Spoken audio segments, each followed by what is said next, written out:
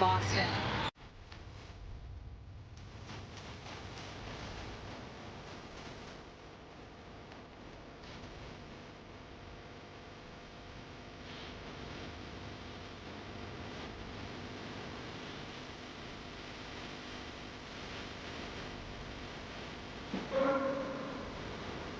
People in clubhouse.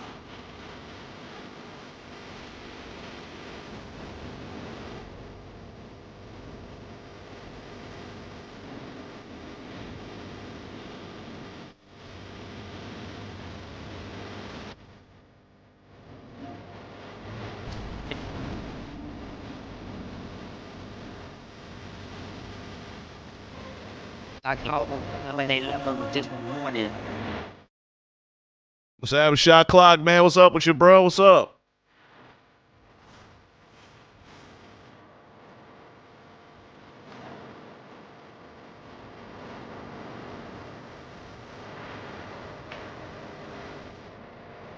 No, we get it.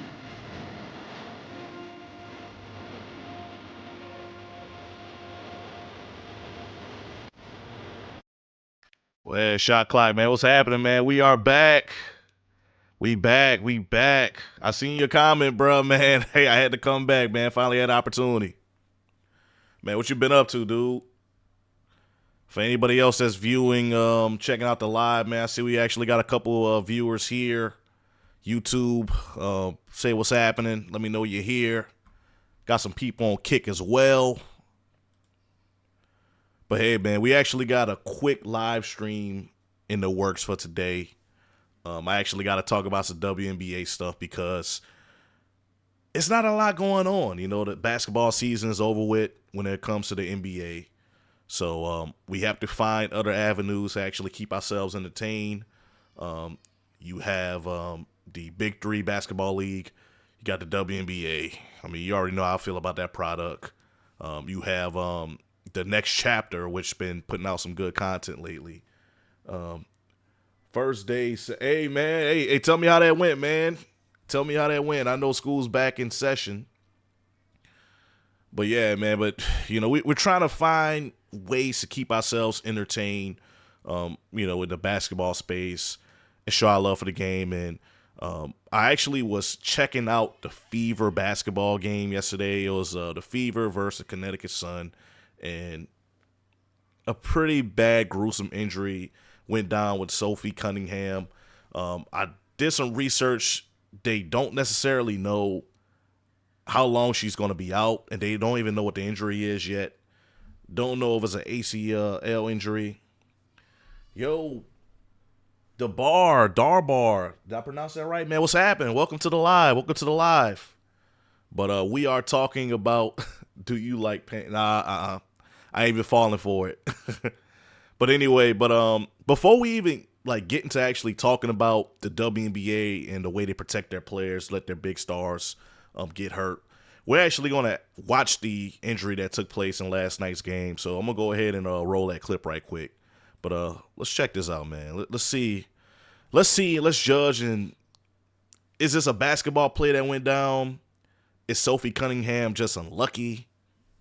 You know, I don't know. Let's just get into it, though. Let's check it out. Aaliyah Boston is not someone. Hey, Darbar, appreciate it. Appreciate it. What do you like on your pancakes?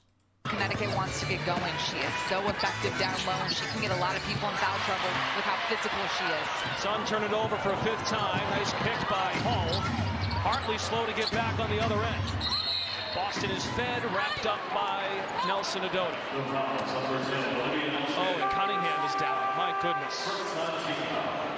This is the play that just occurred.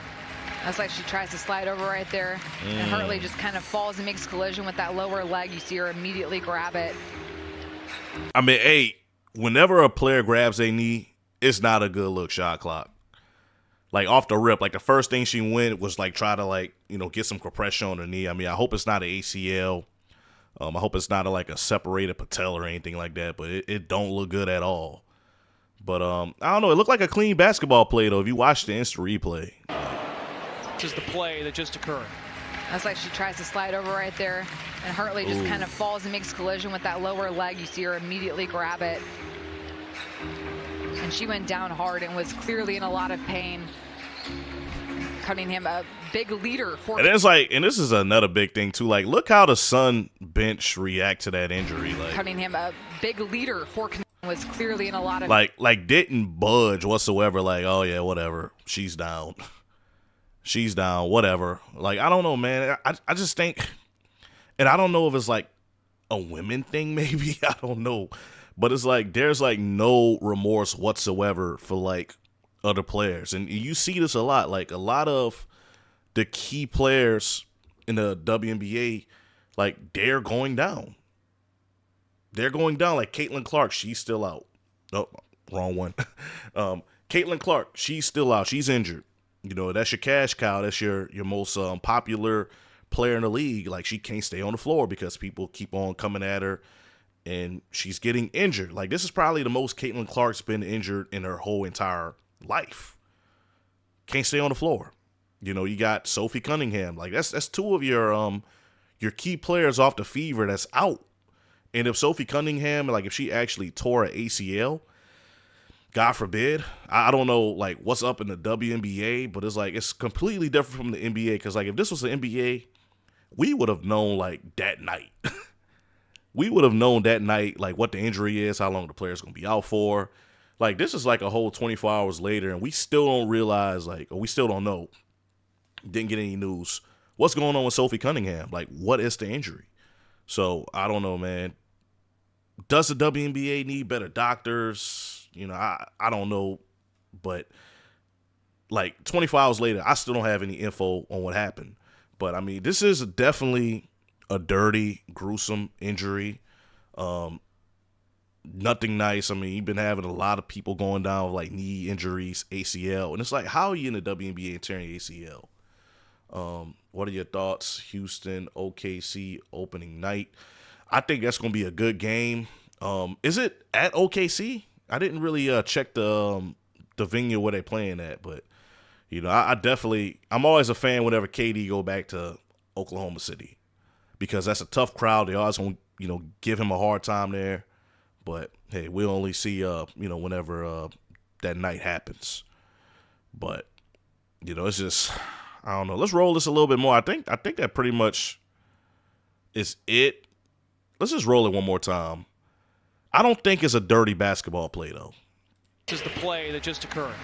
That's like she tries to slide over right there, and Hartley just kind of falls and makes collision with that lower leg. You see her. Yeah, I don't know. Was Sophie being dirty there? Because, like, you see that player fall, and you just want to stay there, like, try to take the lick. And it's like, I don't know. It's an instant karma? I don't know. She tries to slide over right there, and Hartley just kind of falls and makes collision with that lower leg. You see her immediately grab it. And she went down hard and was clearly in a lot of pain. Yeah.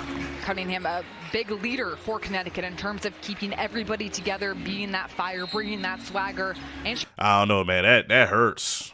That's a big time loss, man. But it's like if I'm a WNBA player, at this point, I'm just thinking to myself, because like if you speak out about officials, that's clean. Yeah, I mean I think that's personally clean from the defensive side.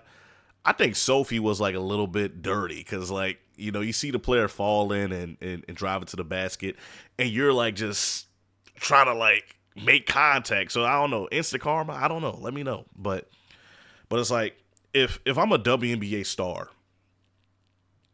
right? Like Caitlin Clark, Angel Reese, she gets a lot of physical contact too. Really, a lot of these young players, they're getting beaten up. You know, especially like, you know, if you're bringing a lot of eyes to the league, right? Because there's a lot of jealousy going on in the WNBA right now.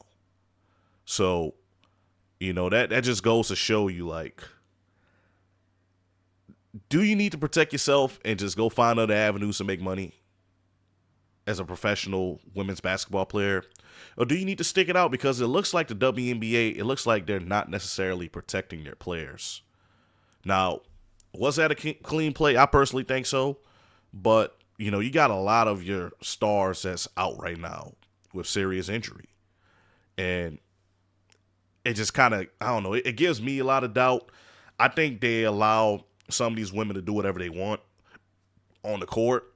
W Kobe posted. Hey, appreciate that, man. This was actually a gift. I got that a couple years ago as a gift. So, I definitely I love gifts. Hey, Kobe's my favorite player of all time, man. So yeah, W posted, man. Appreciate that. But I don't know. It's just for me, it creates a lot of doubt. As far as the Fever goes, they are 6th place in the WNBA, 3rd in their conference. They're over 500. They're doing well. To say that they had a lot of injuries, but this is a tough blow. The WNBA, they need to kind of expedite, analyzing players' health. Because, there's no reason why we're 24 hours later, from the incident taking place.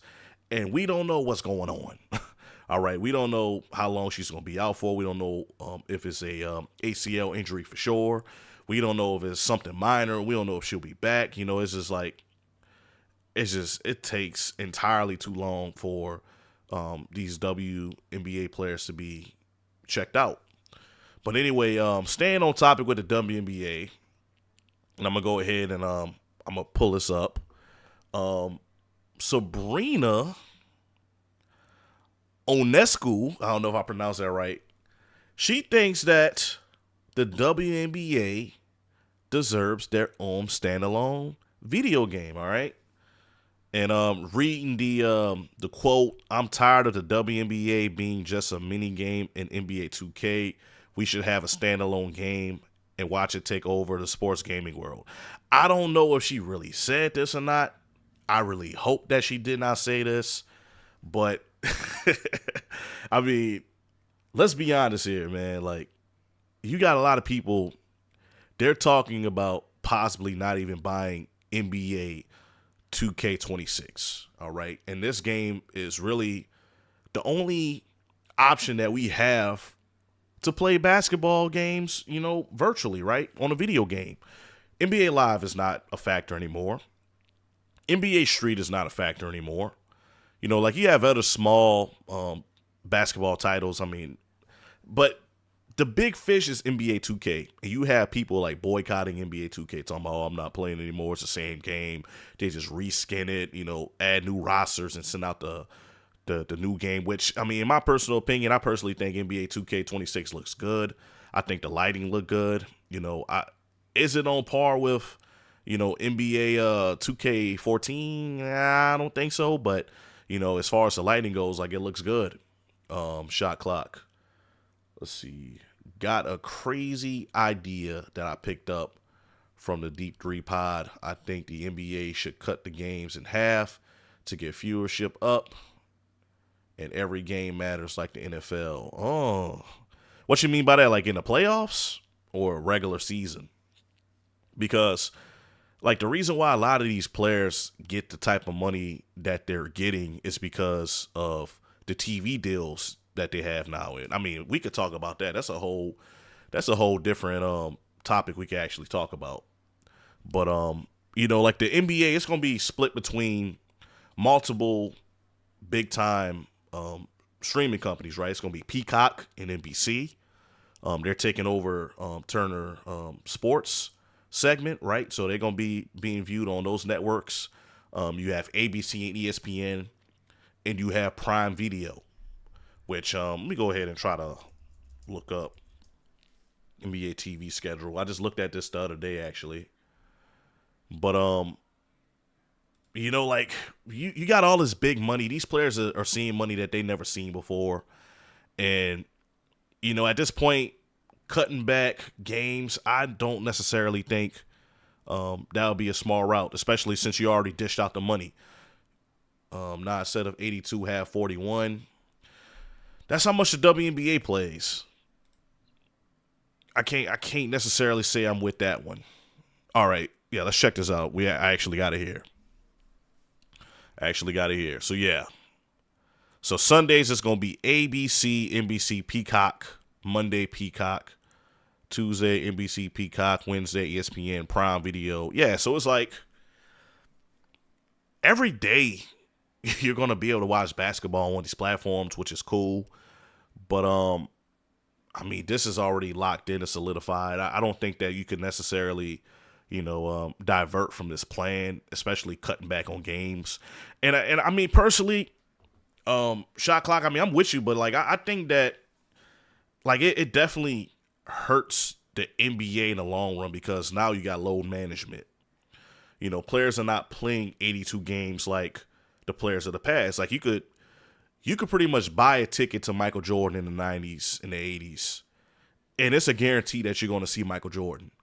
Nowadays, like you got stars like Zion barely playing, Joel Embiid barely playing, Paul George barely playing, Kawhi Leonard that's hit or miss. It depends on the matchup, right? But you got a lot of these stars like sitting out, in big time games, and there's no guarantee that a fan is actually gonna get an opportunity to see a player live, and that's probably because the amount of games that's being played right now. But I seen this. I was actually watching an interview by Gary Giddey. I'm sorry, I'm not really making eye contact. I'm about to look for this video. But Gary Giddey, he was a trainer, legendary trainer for the Los Angeles Lakers, and he was on a podcast with Byron Scott, and he was talking about how today's players, they're more athletic than ever, but they're not necessarily training themselves properly, right? Yeah, hey, man. Hey, appreciate you, Shot Clock, man. Get some rest, man. I'll catch you on the next one. I'm going to try to go live a little bit sooner next time. Just had to capitalize on this opportunity right here. But definitely, man, get some rest, man. Appreciate you, bro. But Gary Giddey, he was talking about, the crisis. And Rich, we'll actually go ahead and roll this video because there's a lot of good information. But he's saying that players are not fully training their body to withstand, full seasons, or due to repeated movements, like they're actually, putting a lot of strain and pressure on their body. So, I'm a divert from the plan a little bit. I was actually going to talk about Sabrina a little bit more, and I'm going to get back to that. But, I mean, this is a good topic we brought up. Let's actually view this one, man, because, I mean, ain't a lot going on. So let's check out, see what Gary Giddey got to say. Give me the transition from your perspective, because you did this for so many years, when you first started as a trainer to how training is done now today. And you've only been retired for 9 years, so you got a chance to witness how it was when you first started compared to how it was when you left. You just heard me when you gave me the mic. You sure you want to go down this rabbit hole with me? Because you're not going to get another word in for a while. Well, Gary, do us a favor. Okay. We do want to ask you some questions. We do have a few. Yeah, hey, and I see we got 16 people currently watching in the live. Let me know that you're here. Let me know that you're here. That's YouTube. I don't know how many people are watching on Kick, but yeah, let me know. Questions. So give us the short version so we can ask you some questions. Right, well, let's put it this way. When Kobe retired in 2016, I can make an argument. You were the head coach. Yes. I can make an argument that he was the best player with his back to the basket in the league at the time. He would not be able to play the game the way he played it in 2016. And that was just 9 years ago. You mean he wouldn't be able to play it today like he played then? Yes. But we both know that he would adapt anyway. Exactly. Yeah. No. And I'm he saying still the would way dominate. the way he played it, he would have killed you a different way. Yeah. All right. Yeah. But he would have killed you. Yeah, I can't necessarily agree with that one. In 2016, Kobe was the best player with his back to the basket. I gotta give the nod to maybe Melo in 2016, but I don't know. It might just be me, because Kobe wasn't really efficient in his last couple seasons actually. He was just pretty much jacking them up balls. But I don't know. I don't necessarily agree with that one. But we'll roll some more, because like I said, I've seen this video, but he has some really good information in this. To kind of like talk about like cutting back on games. I don't necessarily think that's the issue. I think they just need to train differently, which Gary Giddey, he's going to actually cover, the way Kareem Abdul-Jabbar trained. Yeah, the way he played it, he would have killed you a different way. Yeah. All right. Yeah. But he would have killed you. Yeah. Okay. He would have figured it out. Yeah. Okay. He would have figured it out before they figured it out. Thank you. Okay. All right. Thank you. That was cool. Yeah. Okay. So And this is a lot of what you're talking about with the way the training is and the running and how the game is played has a lot to do with why are there so many injuries, because I'm getting those calls all the time.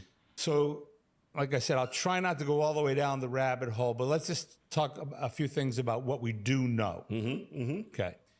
What we hear a lot is too many games, too much basketball at a young age. And that is absolutely true, but maybe not explained the way it should be explained.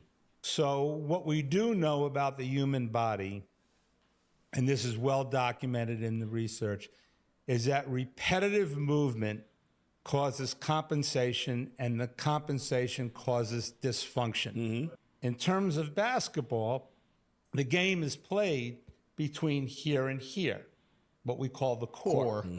I'm going to ask you a question. Who's a player that you know that played over 20 years that was doing core work before we even talked about core and never got hurt? Kareem Abdul-Jabbar. That's right. He was doing yoga. Yes. Okay. Yes. And he started talking to me. He didn't use the word core. He just said the game's played between here. And I started listening to him. Okay? And you gotta think, man, this is like, you know, what Kareem played. He played in the 70s and the 80s. So this was like way before modern medicine, right? You know, like the trainers, they didn't necessarily have the information that is at their disposal now, right? You have the internet. Everything is, you know, accessible in seconds, right? Kareem was doing this back in the 70s and 80s. And his track record proves that, like, he had a really good long career playing at a top level because he was able to stay healthy and he was able to actually keep his body in peak condition, right?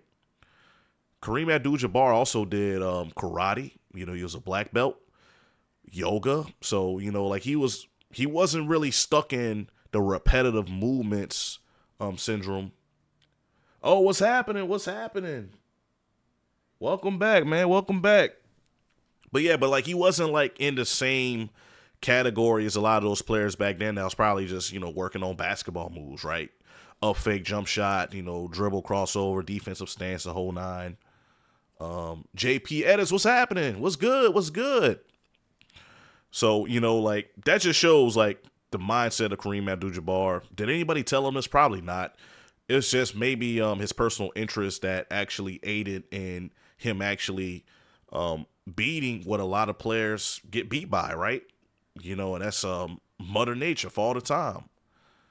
Yeah, hey, JP, I'm sorry, what we're talking about. So we started off talking about the WNBA, Sophie Cunningham injury, shot clock. I don't know if he's still in the chat, but he actually mentioned how a podcast, they actually recommended that the NBA cut back on the volume of games, you know, going from 82 games to 41 games.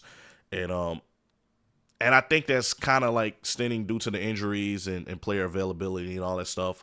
So we're checking out this video by Gary Giddey, legendary Laker trainer, on, you know, why a lot of players get hurt nowadays, how people can't stay healthy. And what Kareem Abdul-Jabbar, you know, who probably had one of the longest careers in history. Of course, LeBron James surpassed that, but like up to that point, you know, in old times, like was able to stay healthy and withstand, you know, injuries. JP Edits, man, hey, I haven't streamed in 2 weeks, so I'm glad to be back. I actually got an opportunity to come up here, so I'm gonna talk a little bit, you know, about some stuff. Let's see. XP3, if a man in the NBA block a woman's shot, they get a lawsuit. Yeah, I don't know about that one. JP Edits, wait, how many games does the WNBA do in a season again? I think they do 44 games. I don't know, man. Let's look that up. I think a WNBA season is 44 games. Let's see, WNBA season.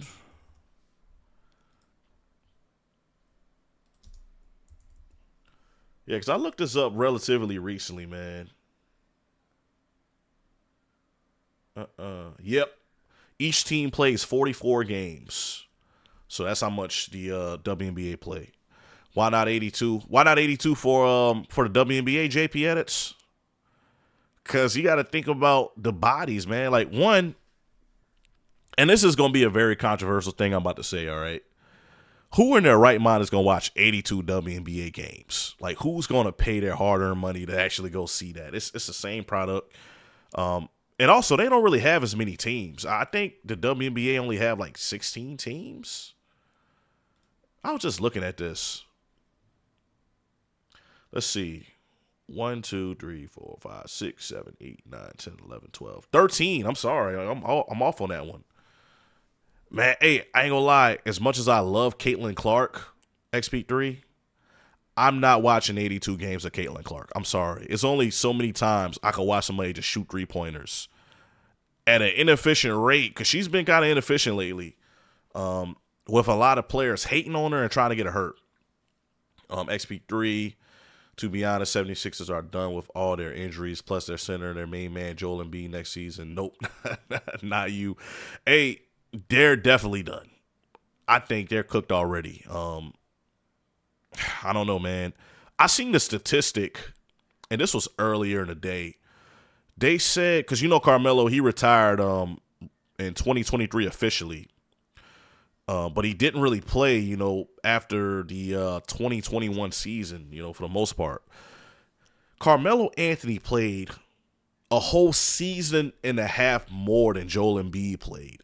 And he hasn't been active since 2023. He's been retired since 2023. A whole season and a half more than Joel Embiid. And this was a guy that was crying about an MVP award in 2023 when he got it over Jokic. This is a guy. He's not available. I love Embiid. I love the way he plays. He just cannot stay healthy. Like I just don't understand it. Like how do you not do the groundwork and you're making over $100 million a year to stay healthy? I just don't get it. JP edits.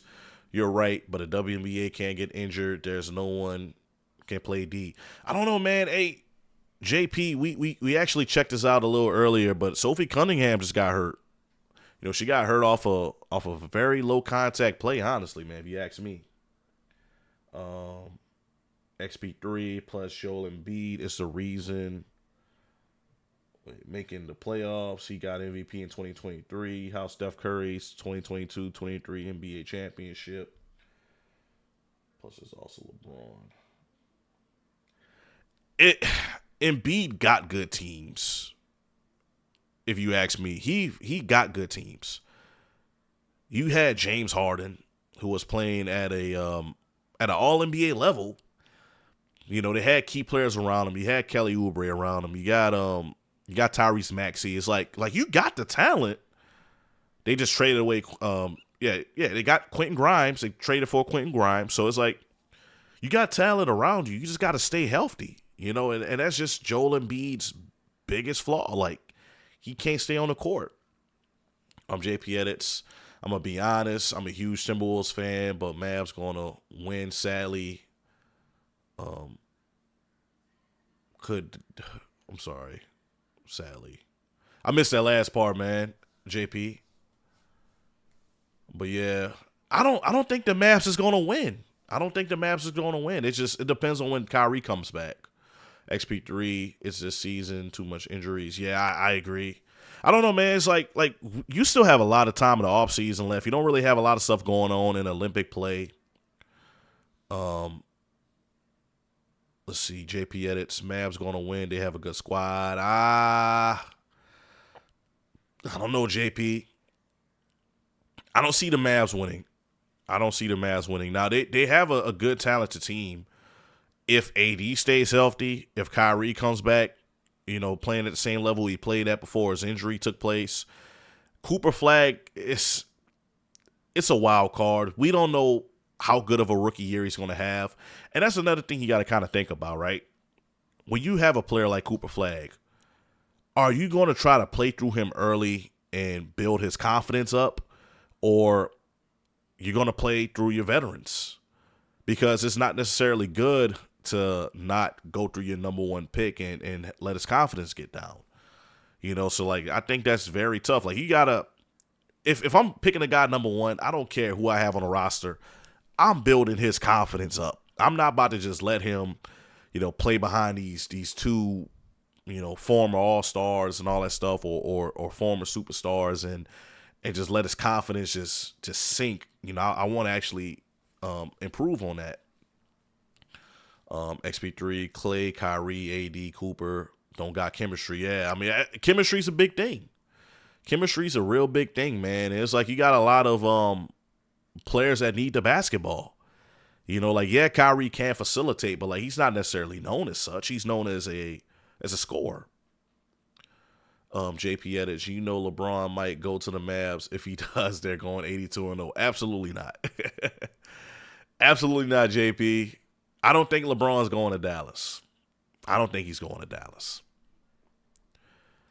And you got to think about it this way, man. Like for LeBron, he just signed a relatively large contract, man. Like not a lot of people is going to want to pay $52 million for LeBron for a 1-year possible rental. And you still have to give up a lot because you got to trade to get LeBron there. LeBron can't just walk, at least not right at the second. You have to trade for him. And LeBron actually he has the ability to veto any trade that he doesn't like because he has a no trade clause. So, you know, I don't think that'll be a smart move to make any moves, you know, if I was the Dallas Mavericks for a guy going to year 23. Just because LeBron is glazed. That's funny, man. That's funny. But yeah, I don't know, man, but it's still a lot of uncertainty that's going on. Like we're still a good ways away from opening night. You know, like we're talking 8 weeks. So, you know, it's still a lot of moves that could be made. It's still a lot of, you know, rotations that still have to be solidified. You still got to go through training camp, the whole nine. So, you know, I can't necessarily predict who's going to win next year. You know, I like, man, I don't even really, I like the younger teams, man. I want to see what Orlando does. I want to see what Milwaukee does. Because you got Miles Turner. Miles Turner left, you know, the Indiana Pacers and went to a division rival. I think that team could be solid. You got Giannis and Miles Turner. Like, that's probably going to be one of the best front courts in the NBA. You know, so I definitely want to see what they do. But I think the East is going to be very competitive. I like what San Antonio got going on. You know, with the way that they've been drafting lately. That team might not necessarily be contending right away, but man, like maybe next year or the following year, man, like San Antonio's going to be tough. They could easily have 3 consecutive Rookie of the Years, you know, depending on what Dylan Harper does. So, I mean, that's another team to kind of be on the lookout for. I like Houston, though. JP edits, here's the lineup. If he does PG, Kyrie, yeah, shooting guard Clay, small forward Cooper Flag, power forward LeBron, center Davis. What are you on, dude? Those are a ton of all-stars. Man, it's not about all-stars. Like you gotta look at like the 2004 Lakers. They had a lot of former all-stars. If you can't gel and you can't play together and the chemistry is not there, it just doesn't matter. It doesn't matter. So I can't necessarily pick that team because of all-stars. And also Cooper Flag is not all-star. XP3, the only chemistry there is LeBron and AD. Cooper, Clay, Kyrie has no chemistry. And we're trying to say NBA championship too far. I mean, I don't know. I don't necessarily see Dallas contending, especially like with Houston, because Houston looks really tough too. You know, it's just, I don't know, man. I don't see too many teams beating OKC. LeBron's also 40 with 1 more year left. If he needs a team, he should go to the Cavs. Yeah, and it's like, it's a tough situation because LeBron don't really have a lot of say-so. LeBron don't really have a lot of say-so in where he's going to go. You know, the Lakers have to trade him, and LeBron has to be okay with the trade. It's not too many teams that's going to give up, you know, enough enough talent to where the Lakers is going to want to go with that trade. And also on the second hand, like if you are that team, you're giving a lot of your key talent away for LeBron. LeBron is not going to okay that trade. You know, he's going to use his no trade clause. So, you know, I think we just got to kind of go into next season with the intention that LeBron is probably going to at least make it to the trade deadline as a Laker. Depending on how their season go, they might move him, they might keep him. But, you know, that's just I don't really think LeBron can leave even if he wanted to. Kyrie's a legend and Davis better than all. I mean, yeah, I'm not saying those players don't have fantastic careers, but you got to think about the compatibility. You know, JP. I don't necessarily think that. I don't think that is there. Clay and Splash brother. Yeah, XP3. So with your knowledge, you probably think Davis is better than Victor. I bet. Absolutely not. Absolutely not. I mean, I think Victor would have. Victor was still a front runner for Defensive Player of the Year, even though he got hurt. I just think he wasn't able to win the award because he got hurt. You know, he didn't reach the minimum requirement for games. But lately, excuse me. But lately, I mean, Victor Wembanyama, he's been doing some type of monk training, you know. So like, I think he's going to be stronger mentally. He's going to be stronger physically. And a healthy Victor is dangerous to the league, man. Like he has the ability to single-handedly affect the outcome of games, like something we've never ever seen before. You know what I'm saying? So it's like currently, like, yes, right now, if you ask me, take a 15-year-old veteran AD or take Victor Wembanyama, which I don't know, I might have screwed that up. I don't think AD been in the league for 15 years, right? Let's see, Davis seasons played. How many seasons he played? 13. I'm not that far off, but yeah, you know, take a 13-year vet or take a guy going to year 3 who was back-to-back years. You know, was a Defensive Player of the Year candidate. You know, last year was the front runner. Give me Victor Wembanyama, and also he's a better shooter from beyond the arc. He's one of the best defenders I've ever seen. Like, this dude could possibly like have the most blocks of all time, you know, by the time he retires. Dude's a freak of nature. He could do it all. He could take it off the dribble. And also at the same time, you got to look at who he's playing with. He's playing with Stephon Castle. He's playing with Dylan Harper, who are two phenomenal guards. Like, man, San Antonio, dude, mark my words, all right?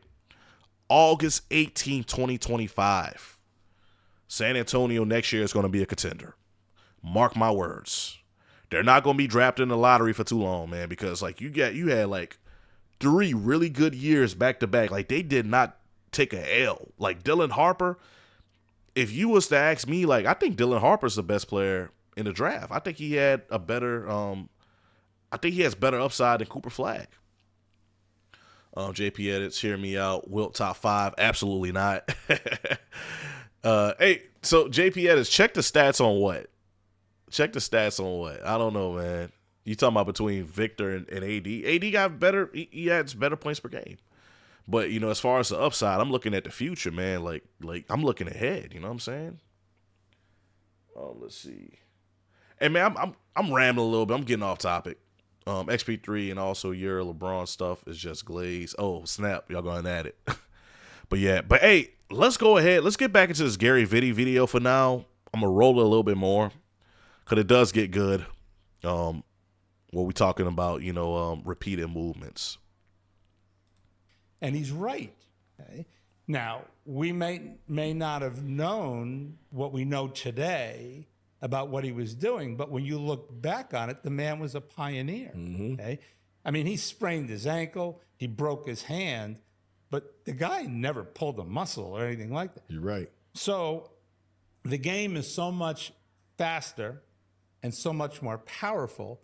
Where is all that coming from? It's coming from their hips. Mm-hmm. Mm-hmm. It's all about the hips. So these hip flexors get really, really tight. They start to rotate your pelvis forward. That starts to really pull on your hamstring because your hamstring attaches underneath your pelvis and then crosses your knee joint. It shuts off the neural drive to your glute. So now, because your glutes shut off, your hamstring's doing more work, that becomes prone. Your adductor muscles, which are your groin muscles, they attach underneath your pelvis. So they're working harder. Okay? So now, if you don't have a strong core. Oh, I'm sorry. Was this what JP was that comment about me not having Wilt in my top 5? Yeah, I mean, it's just. And let me just tell you my top 5. I said it multiple times. I'm gonna say it one more time. Which I'm gonna end up saying it again. But my top 5 goes as follows, right? Mike Jordan 1, LeBron 2, number 3 Kareem Abdul-Jabbar, number 4 Magic Johnson, number 5 Kobe. And then the finish going, number 6 Tim Duncan, number 7 Larry Bird, number 8 Shaquille O'Neal, number 9 Bill Russell, number 10 Wilt Chamberlain. So he's barely in my top 10. And I can honestly put Akeem Olajuwon. I mean, I think they're interchangeable because Akeem Olajuwon is still the all-time leader in blocks. He is within the top 3 in rebounds. Like Akeem Olajuwon, he was just like the jack of all trades. He could do it all. Also, Akeem Olajuwon's MVP, Defensive Player of the Year, and he also won a championship all in the same year. So, I mean, I could make a good case for that. Wilt Chamberlain is just like, I just think it was kind of the luck of the draw. He was a fantastic player, but he just so happened to run into Bill Russell every year. And Bill Russell got the better of him. Now, was it because of Bill Russell's teams? I think that plays a real big factor into that, but, it's just like looking back in the day, like, I don't know. Like, I don't see Wilt dominating a game more than what Michael Jordan did or what LeBron does, because LeBron does it on all sides of the ball, right? But what I can say that Wilt did that was really impressive was lead the league in assists as a center. Joe, the only thing Kobe has is more championships. Knew him when he died. What you mean by that, XP3? Like the only thing Kobe has more than Wilt? Because Kobe does have more points also than Wilt. JP edits, and Wilt only played 14 seasons. LeBron had played, he's played 22 going to 23. Wilt was averaging 20-some rebounds a game. But, I mean, does that make him a better player? Like I personally think, I mean, and if you listen to my list, I think Tim Duncan is a better player than Wilt. And I'm not knocking it. It's just like a lot of those players that played in those early decades, like, I don't know. It's not their fault that they were born in that era, but the competition wasn't as steep as what, like, Tim Duncan had to go against, right? Even Larry Bird, right? Magic Johnson, like those guys went against way better competition. You had more teams. The game was more saturated. You had more possibilities of stuff happening. Like I think whenever Wilt was playing, I think there was only like 5 different champions of all time. Like it wasn't a lot of variety. Like the Celtics was dominating that era. Compared to Kobe. Kobe had to go against multiple teams. Like I think the only team Kobe played twice in the finals was the Celtics. Wilt 50-inch vert, bench 600. So are we making a case, JP? Are we making a case for Wilt Chamberlain being the greatest athlete of all time, or the greatest basketball player of all time? Because you're bringing up a lot of physical attributes. Like, yeah, I mean, he was a phenomenal athlete, but as far as like basketball player, I can't say he's better than 9 players on my list. Kobe's your GOAT, respect. Not mine, but XP3, and does that make him top 5? My top 5 is Mike, LeBron, Kobe, Curry, Allen, who? XP3, Allen Iverson. Where's your bigs, man? You ain't got no love for the bigs, XP3. Man, I think we talked about that before, man. We need some more bigs, bro. That's your list, though, man. Respect. Wilt's like 7 or 5. Allen Iverson, like, and all right, XP3. So let me ask you this: is Allen Iverson like is this list like your favorite players, or is it the greatest players in your opinion? Because I love Allen Iverson. I love AI. He's a top 5 shooting guard of all time. All right. But as far as players ever, he's not even on my top 20, man. That's just my personal list, though. I'm not debating your list, though. Curry, I mean, he did change the game. But XP3, I got to know why, though. Why? I don't know, man. Let me roll some more of this clip, though, man. I'm going to give you some time to type that up. I'll give you some time to type that up. Allen ties with Larry Bird. But why? Why is Allen in your top 5, man? You got it. And it's like, hey, that's your opinion, man. But like, just for like basketball banter, like, I just gotta know. I gotta know, man. All this trying to, it's all about general. JP, Kobe, Jordan, LeBron, Shaq, Curry, Larry, Wilt, AI. 1, 2, 3, 4, 5, 6, 7, 8. Hey, JP, who rounds off your top 10? Man, this is the second. Y'all got some love for AI, man. Y'all got some love for AI. Now, hey, don't get me wrong. On my personal shooting guards list, I have Allen Iverson ranked higher than Dwayne Wade. Okay, I don't even have Dwayne Wade in my top 5 for shooting guards. But a lot of people might come for me in the comments on that if they're watching and they've been quiet up to this point. I might get some used to get dumb MF or whatever. Like, but hey, I think Allen Iverson is a better defender, even though most of his defense did come off the ball. But he led the league in steals 3 times. All right, the whole entire league led in steals 3 times. He led the league in scoring. 3 times, right? He's an MVP, right? He led the Philadelphia 76ers to NBA Finals. Beat some tough competition. Messed up the Lakers' perfect playoff run. You know, they gentlemen swept them in the finals, but the Lakers was about to go 4-4-4, right? You know, so AI messed that up for them. So yeah, I mean, he does have a good case for being a top 25 player of all time, top 30 player of all time. But you know, as far as or top 5 shooting guard of all time, but as far as greatest player, I don't know, man. It's just everybody got their lists. This is the guy that stats with Kobe. People actually said he's in the top 5 if you've seen his highlights. Yeah, he only does layups, sometimes dunks. He also changed. Ooh, excuse me on that one. I got some rest. But anyway, everyone, this isn't a question. Curry, best shooter. Don't be dumb. The game he changed.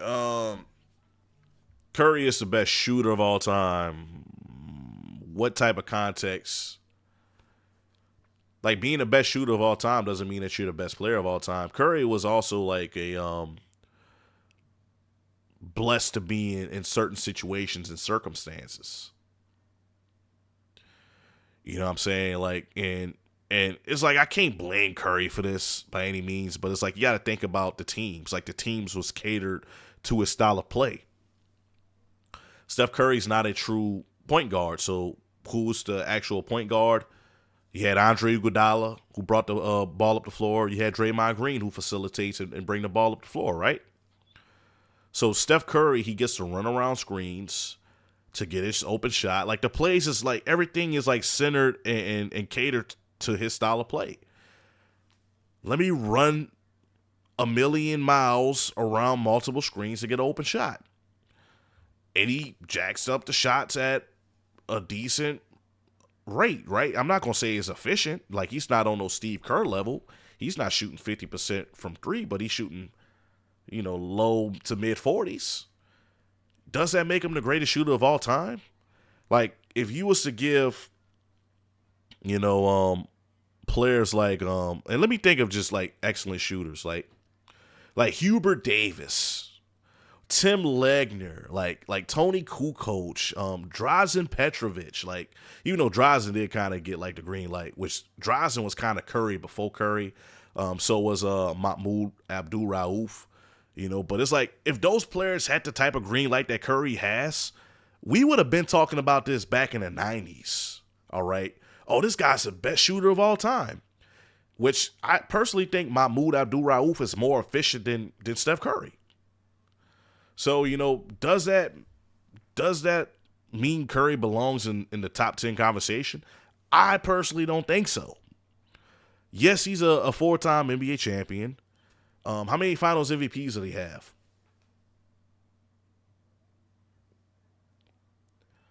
Andre Iguodala has a finals MVP that technically belonged to Curry, where they beat a injury-depleted Cleveland Cavaliers team. You know what I'm saying? It didn't go to Curry. The next 2 championships, KD got both of those. It just got to the point in that second finals run with KD, he said he just wanted to give it to Curry. Sympathy, finals MVP. It's just like I don't know. I don't necessarily. Now, don't get me wrong. Curry's a special player. I enjoy watching him play. But does he belong in that conversation in top 10? I personally don't think so. You know what I'm saying? It's not a knock. I'm not hating, but it's like his teams has been better. Now, in the 2022-23 season, he had to kind of, drop his balls a little bit, but, other than that, all those other runs, I can't necessarily credit that to his greatness. There's people was in the era with no defense. Which era, XP3? I'm at the greatest shooter, not the greatest player. XP3, are you saying KD carried? Look it up. Curry's best. Google. KD carried. KD carried. Yes. And you gotta think about it this way, man. Like whenever KD joined that team, like it was debatable. Like he was the best player in the league. It was him and LeBron. Like 1 and 2. Let's see. KD NBA Finals stats.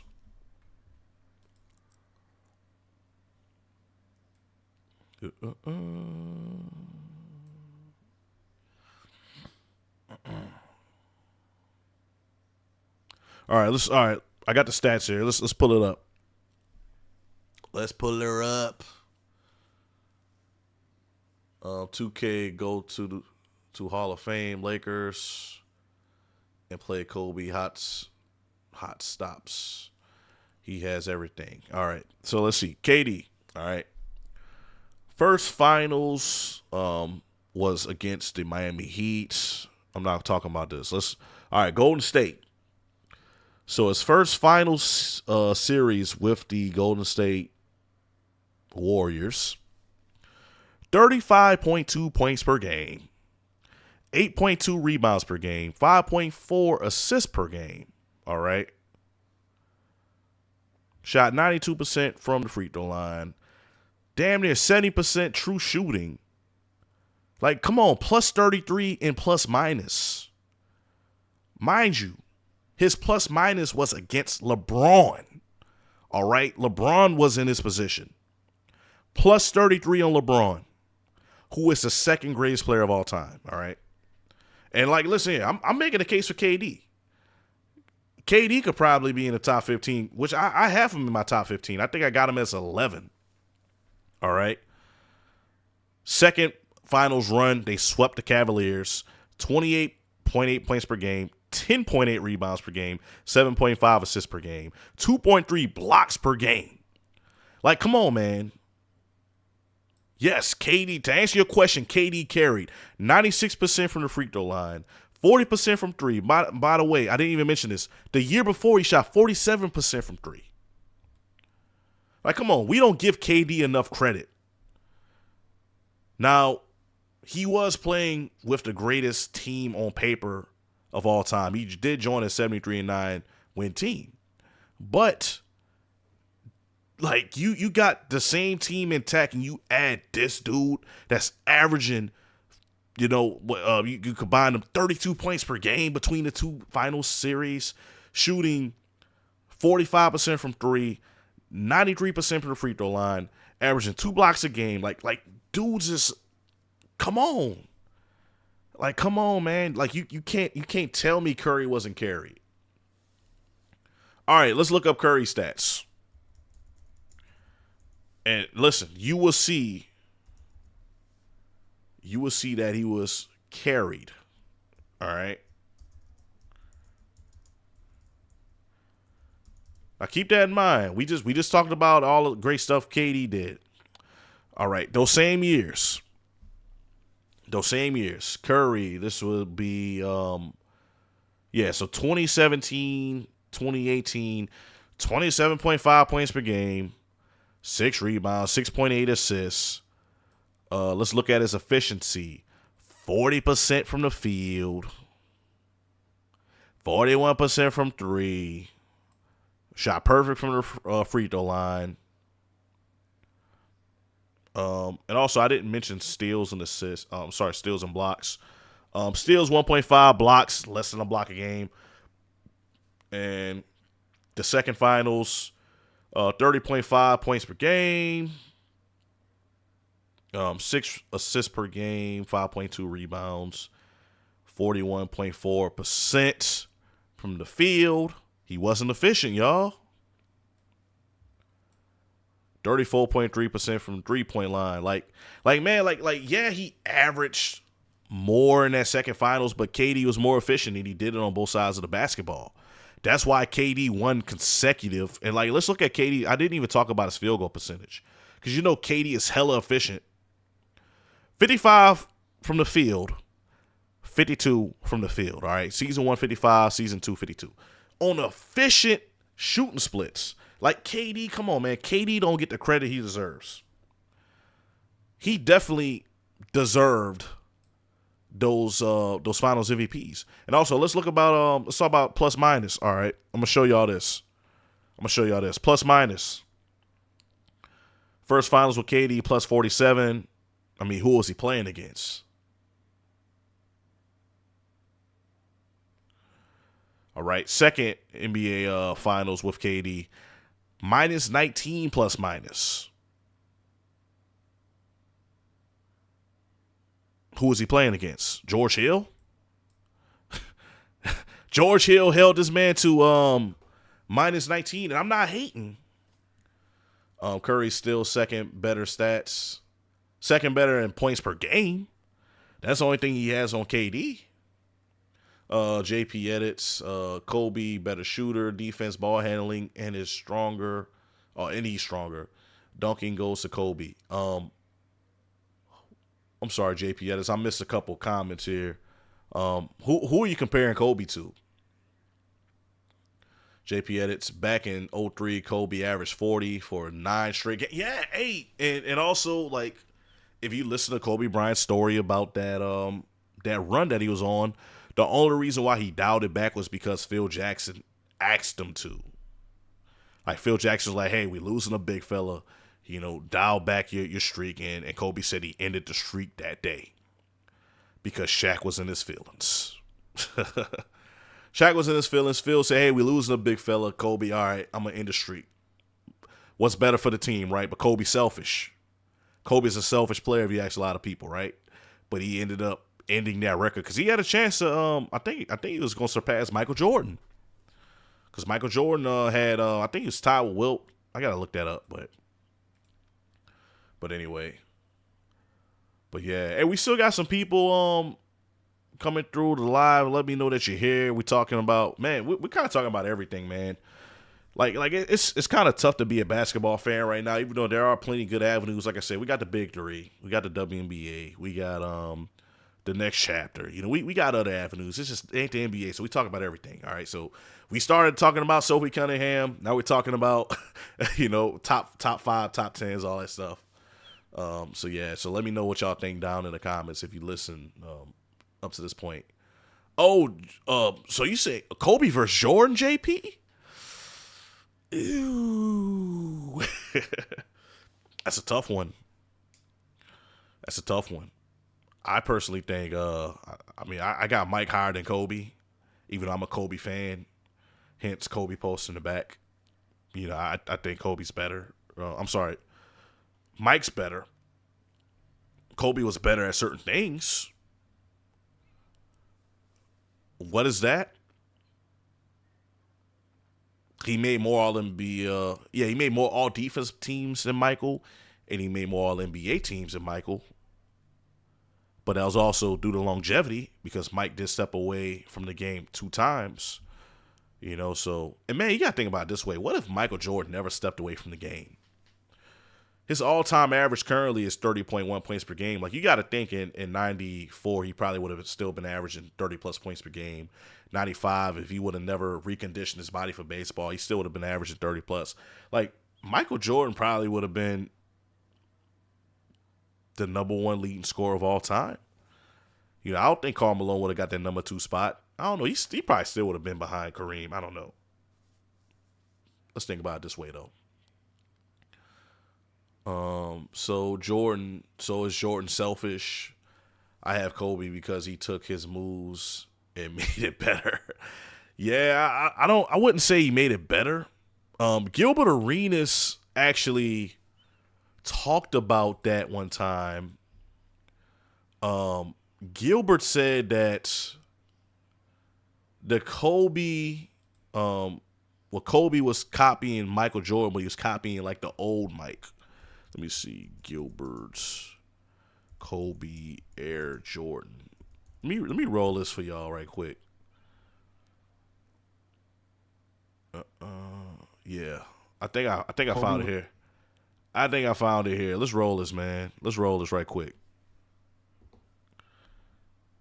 Was nothing like Mike. Even the Kobe comparison to Mike. All right, listen. Kobe was nothing like Mike. Even the Kobe comparison to Mike. The tough conversation then becomes when we say we've never seen anybody like Mike and we never will, and we throw Kobe in there. The real conversation is this. No, we've never seen anything like Mike. Kobe was nothing like Mike. The only things that Kobe resembled from Mike was Mike's second three-peat.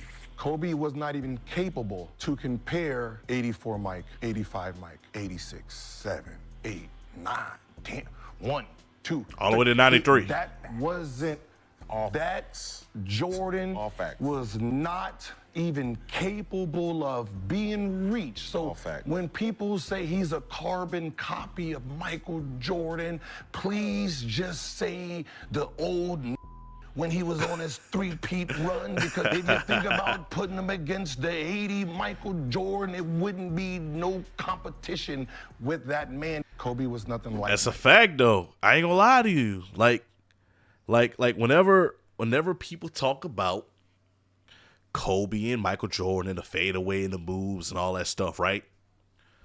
Jordan wasn't really doing that until he came back from his first retirement from playing baseball. The fadeaway, the palm, the fake, like he wasn't really doing that until he didn't really have the same ability that he had pre-retirement, right? That's what Kobe emulated. Of course, Kobe did emulate that a lot later in his career, right? I said that wrong. I said earlier. Later in his career. But like, whenever we talk about Air Jordan from 84 to 93, like we never, ever seen a player like that. Ever. With the amount of speed, athleticism, vertical, like his will to win, the way he was able to score the ball so easily. And this was without an effective jump shot. Dominate the game. You know what I'm saying? So it's like, what is the comparison? Whenever it comes to that, I don't think that is fair. JP Edits, a manager training like Kobe. I mean, Kobe was a madman. He used to train until he black out. Of course, Dwight Howard saying, "Oh, that's Gilbert." That's Gilbert. Yeah, even though Dwight Howard did have some choice words for Kobe. But anyway, man. But yeah. I mean, it's not even the same. Yeah, man. But anyway, man, let's get back in this Gary Vitti video though, man. I'm gonna finish rolling this right quick. I gotta get some sleep. Force from your lower extremity through your pelvis to your upper extremity, and we call that the kinetic chain.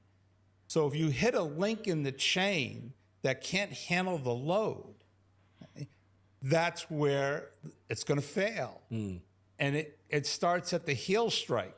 So it could be your Achilles tendon. It could be your plantar fascia in your foot. It could be your Achilles tendon. It could be your calf. Okay. It could be your hip. It could be your back. It could be your neck. Okay. It goes all the way up kinetic chain. So going back to what we said about playing too much basketball. Hey, bet what there, JP? What stream tomorrow? Hey man, get some rest, man. Yeah, I'm gonna be calling tonight soon myself, man. I'm actually it's getting kind of late.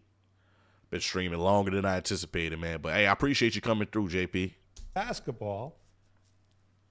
When we were kids, and I was a kid before you were a kid, but you experienced this. Yeah, I'm older than you. I think when I came in, there was Kareem, McAdoo, and Jamal Wilkes were the only 3 guys older than me. Everybody else was younger than me. And then by the time I graduated, I could have been these kids' grandfather. Okay? That was Kobe's joke with me, is that I watched him grow up and he watched me grow old. I had him 20 years. Yeah, Facts. True. Got him that at is true, 17. Facts. Yeah. Okay. So these kids, when we were young, going back to this, we played, especially if you were from the East Coast or cold, Midwest, anywhere where there was cold weather, you played football in the fall. Then it got too cold, so you went inside and played basketball. Then it warmed up in the spring, and you went back outside and played baseball.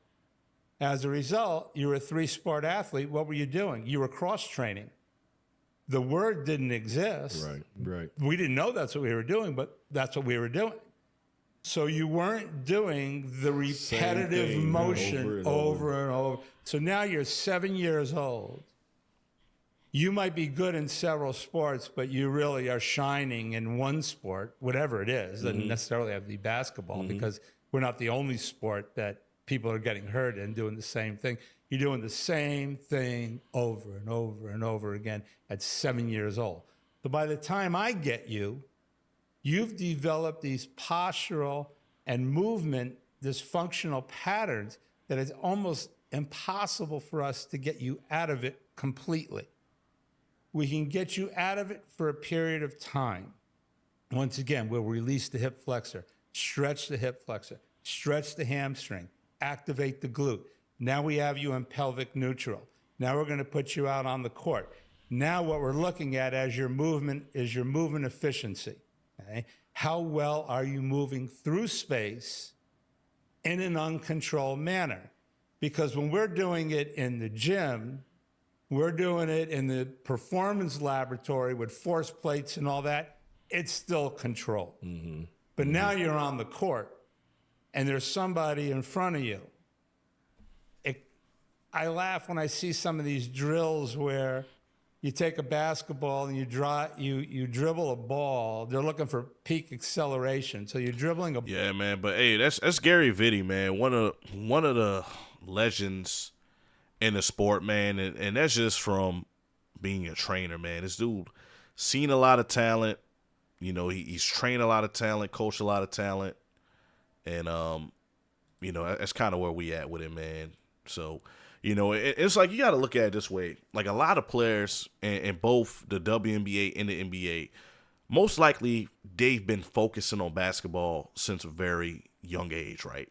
They probably wasn't like multi-sport athletes. They might do a little golf here and there, might play a little softball here and there. But for the most part, like in order for you to be on that level, you had to make a choice. You had to make a choice early. And that's actually to a lot of these players' detriment. Like Jordan, the reason why he was so great and phenomenal as an athlete was because he played multiple sports growing up.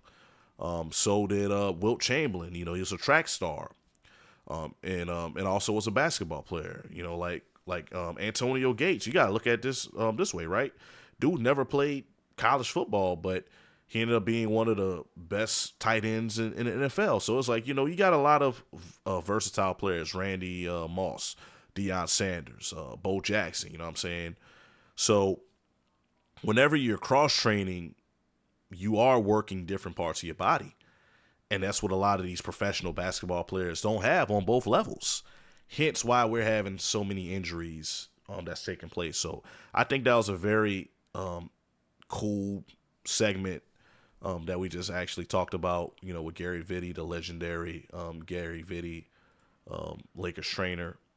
But anyway, back to the regular schedule program. So, of course, it's not a lot going on right now when it comes to basketball. We have the big three. They actually just had a celebrity basketball game. They hosting the playoffs in Dallas. They did make some announcements. Michael Beasley is all back-to-back MVP.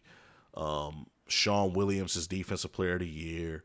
You know, so you have some good things that's taking place in the big three.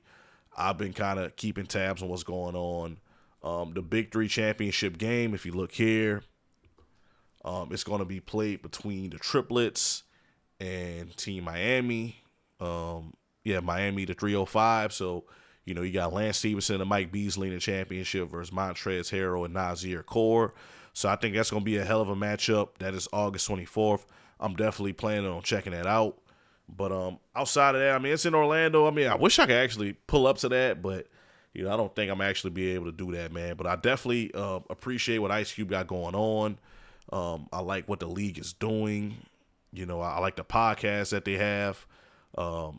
As far as the celebrity game, I mean, it was pretty much like just Giddey versus Hezzy God. I won't really roll too many clips from that. Man, the only critique that I have from the Big Three as I scroll through this, man, I just wish that instead of posting their full games on the Big Three YouTube page, I wish they posted the highlights to where, you know, it'll be easier to kind of react to their content. Because, yeah, I mean, having access to the full game is good, but have both options. You know, the full game be there and also, you know, have highlights be available. So, yeah. Let's see. But, yeah, man, let's go ahead and check out the celebrity game. Because they got it posted here. My favorite week of the year, starting with the 2025 Big Three Monster Energy Celebrity Game. Yeah, knocked down 8 or 9 threes. Yeah. I can see that. Oh, man. Ocho Cinco went down. He got hit below the equator. Oh, man. And I ain't gonna lie, man, one thing about Giddey, man, Giddey could definitely hoop, bro. Giddey is cold with it, bro. Low key. All right. Here's Hezzy God. Oh, nice step. Nice step, too. Yeah, this is going to be a problem. Hezzy God's going to be, now he's warmed up. Giddey the kid with the step back. Uh-oh. He's getting warmed up. 50 years old. It's Pepe Garcia. Ooh, good finish. Yeah, you were right. I'm telling you, man. You saw him in warm-up. Yeah, You're like, watch it. This is the guy. All right, Simba, nice jump shot. Oh, yeah. I mean, nice. And got the goal kicks on, too. Oh. And they cut into this lead. It was 19. Garcia again. Low key, like watching the WNBA. Ain't gonna lie to you. I may have to check that out a little later, man. Let's see some more. So I stand corrected. There are highlights. When I was looking earlier, I was just looking at the full games, but they actually do have highlights. I stand corrected. Let's check out this game. I want to see what Mike Beasley does. And we're in Dallas, and you see Miami is going to go against Dallas for a chance to go to Orlando and match up with the Chicago triplet. Oh, good steal by Glenn Rice. That ball was touched Klein right there on the glass. Yeah, second offensive rebound. I'm telling you, the little things. Millsap got it back. New clock. Aggressive. And that's going to be an and one opportunity. They've had some turmoil this season. This has been a team that I picked talent-wise. As get a block and Klein finishes up with the layup. Pulls up for 4. He knew he missed it too. And that's had that explosion yet from Michael Beasley, but he's on the block right now. Fades. There it is. Lance trying to get it going. Pulls up for 4. Oh, man. A big-time shot. Yeah, here's Beasley. And besides him, like it seems like him and Lance Stevenson For himself and finally get a clean look at the basket, and Sean Williams right there with the foul down low, didn't call it.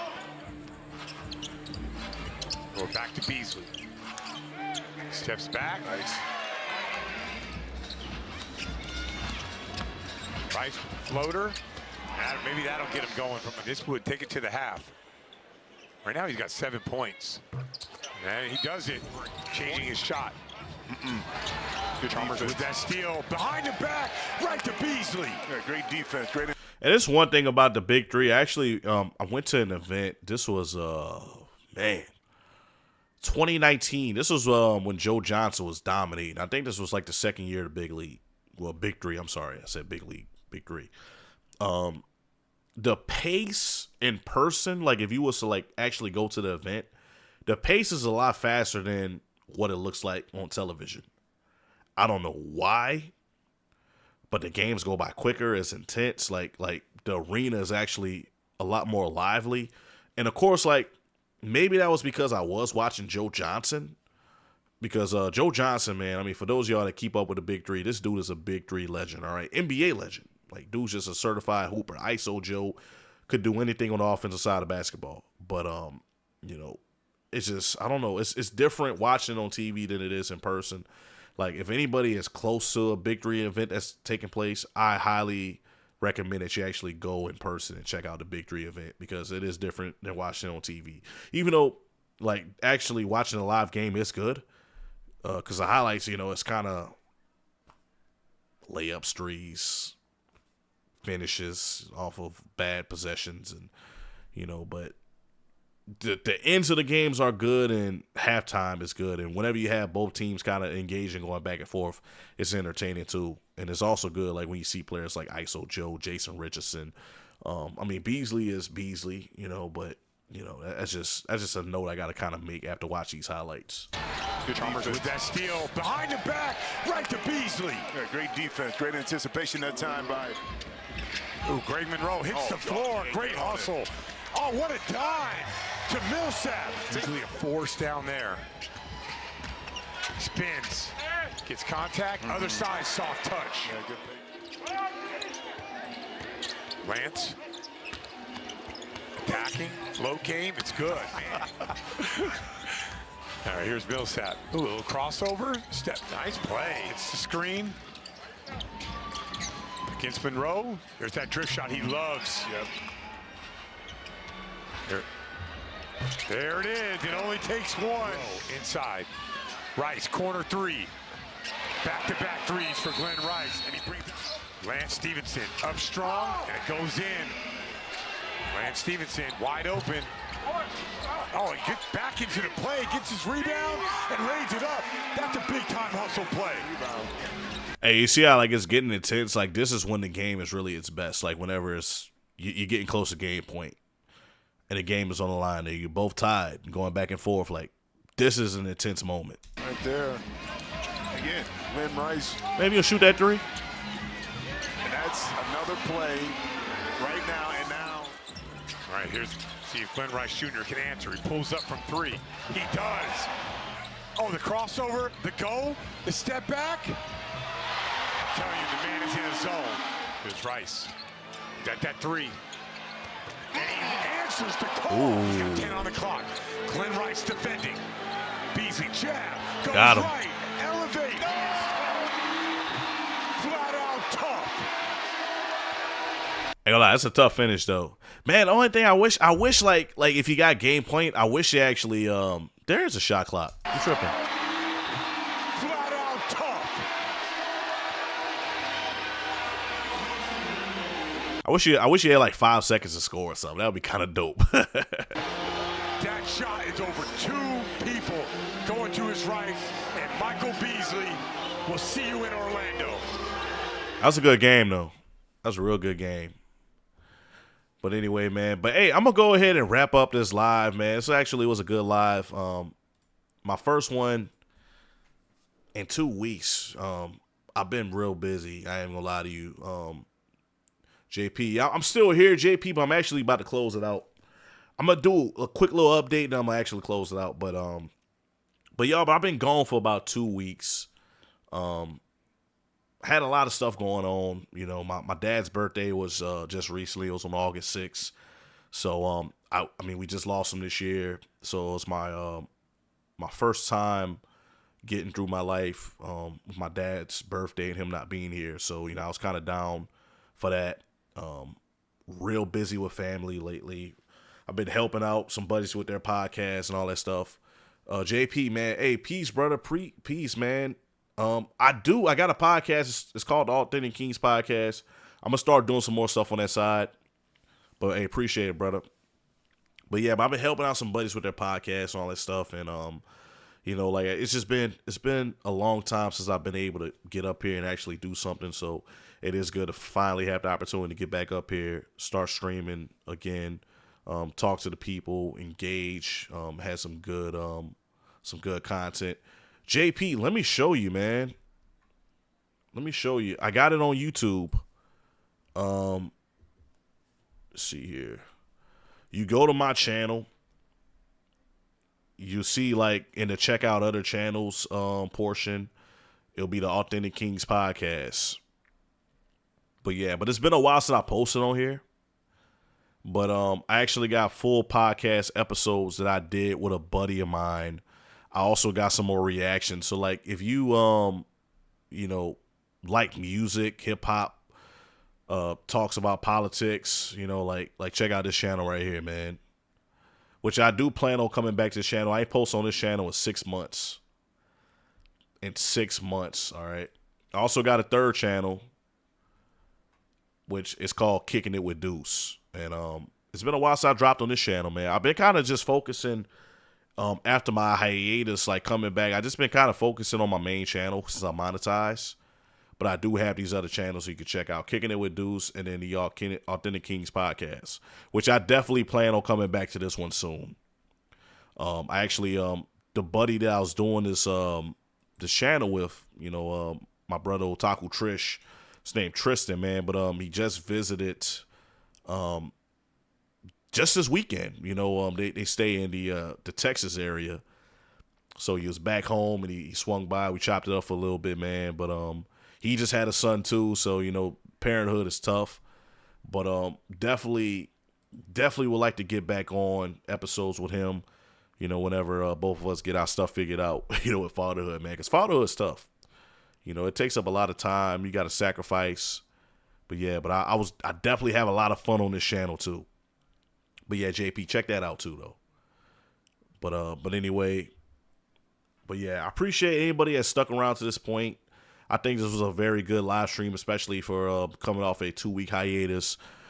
Can't necessarily promise I'm going to be consistent, but trust me, whenever I have the opportunity to get up here, I'm going to come up here and actually go live.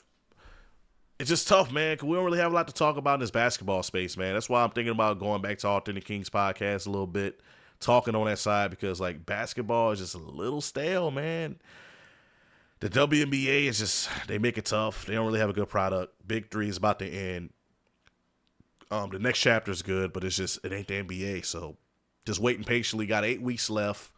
But anyway, appreciate anybody that stuck around to this point. If you haven't subscribed yet, subscribe to my main channel, ITSJONJONTV. I will be definitely working on some more long form videos, man. I got this video that I'm working on. Man, you know what? I could do this. I got a couple seconds left. I could do this. Right quick. This is a sneak peek to the video that I'm working on, all right? And I'm not going to really show you too much.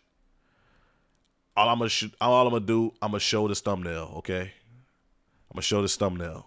It's going to be quick, all right? It's going to be quick.